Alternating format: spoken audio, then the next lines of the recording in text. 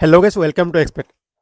আজি আমি আহিছোঁ লখিমপুৰ বিপৰীয়া লাহলীয়াল চাৰিআল। ইয়াতে আমাৰ এক্সপেক্ট কোম্পানীৰ এটা সম্পূৰ্ণ ৱাশ্বিঙৰ ছেটআপ আহিছে, য'ত নেকি লাগি আছে আপোনাৰ TRP বাটাৰফ্লাই লিফ্ট। ইয়াতে এটা চিষ্টেমেটিক চিষ্টেম আছে, যিটো আপোনাৰ থ্ৰী হুইলাৰ বাহনো ইয়াতে উঠিব পৰা সুবিধা আছে।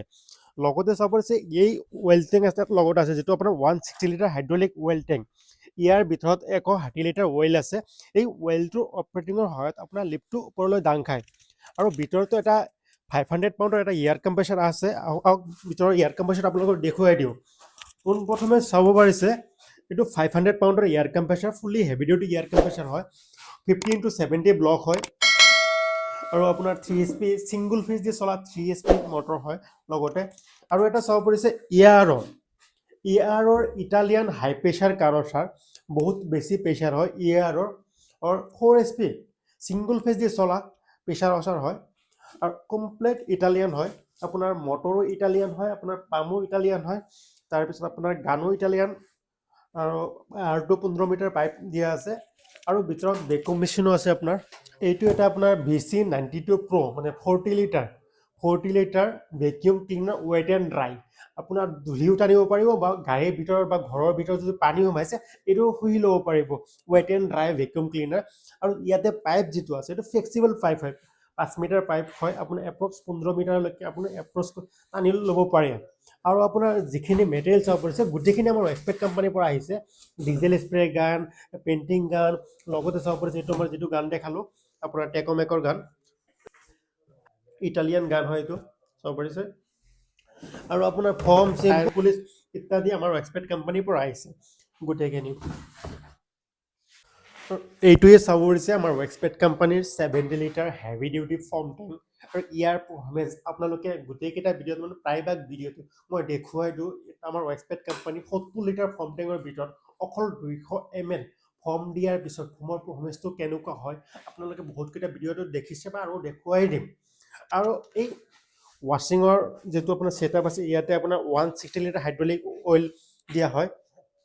আৰু এই 160 লিটাৰ হাইড্ৰলিক অইলৰ যিবিলাক বকেট বা বাল্টিং আছে, এই চাওক গোটেইকেইটা বাল্টিং খালী হৈ গ'ল, গোটেইকেইটা অইল মানে মেচিনত ভৰোৱা সম্পূৰ্ণ হৈ গ'ল।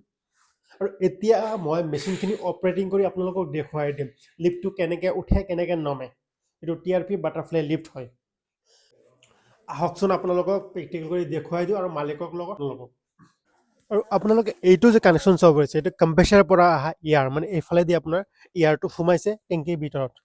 আৰু কানেকশ্যনটো চাব পাৰিছে, এইটো টেংকিৰ ভিতৰত সোমোৱা ইয়াৰ। মই এইটো বাল্বটো এৰিলোঁ, এৰাৰ পিছে পিছে এটা শব্দ হৈ আছে, চাব পাৰিছে। মানে ইয়াৰ ভিতৰত ইন হৈ আছে, মানে হাৱাটো ভিতৰত সোমাই আছে। এটা শব্দ আপোনালোকে নিশ্চয় শুনা পাইছে।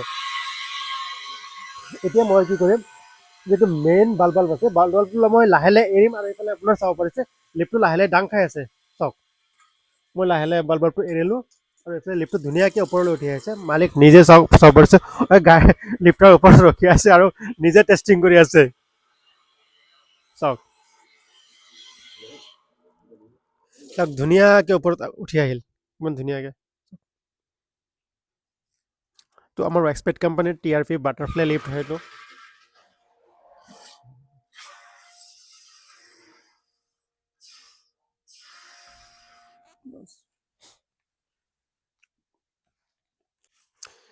এতিয়া চাব পাৰিছে লিফ্টটো যে আপোনালোকৰ ওপৰত উঠি আহিল, যিটো TRP বাটাৰফ্লাই লিফ্ট।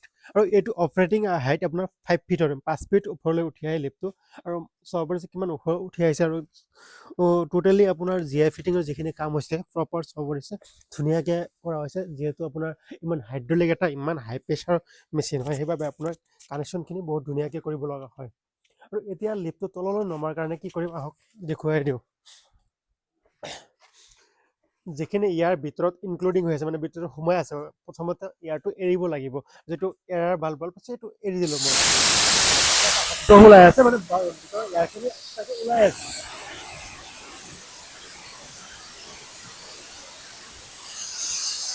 মানে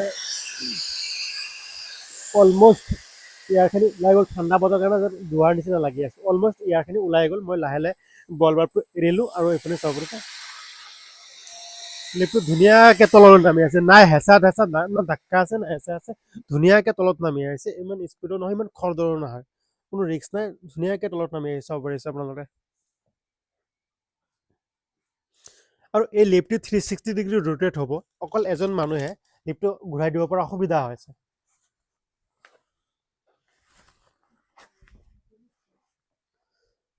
এই লিফ্টত এটা সুবিধা আছে কি যদি গাড়ীটো আপুনি সোমাই কেনে বেক কৰাৰ কোনো প্ৰয়োজন নাই লিফ্টটো ঘূৰাই কেনে আপুনি ধুনীয়াকৈ ওলাই লৈ যাব পাৰিব গাড়ীখন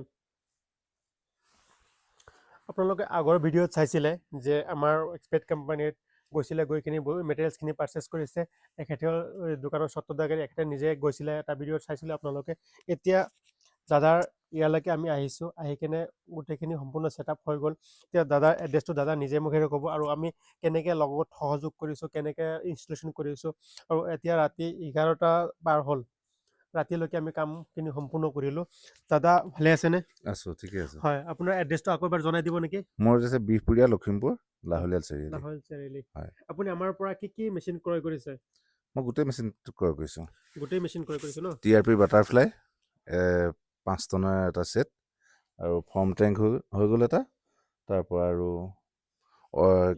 এয়াৰ কম্প্ৰেছাৰ এটা আৰু মেচিন এটা প্ৰেছাৰ ৱাশ্বাৰ মেচিন এটা মানে পলিচাৰ মেচিন এটা পলিচাৰ মেচিন মানে এটা এটা এইটো washing- ছেট মানে যিমান এটা কাৰো আছে যিমানখিনি দৰকাৰ গোটেই ছেটটো এওঁ পৰাই লৈছোঁ মই গোটেই ছেটটো মানে গোটেই আৰু মেচিনখিনি আজি ইনষ্টলেশ্যন কৰিলোঁ ভালে ভালে হৈ গ'ল কিবা অসুবিধা বা কিবা প্ৰব্লেমৰ সন্মুখীন হ'ব লগা হৈছিল নেকি নাই এতিয়ালৈকে একো হোৱা নাই একো তেনেকৈ হোৱা নাই ন?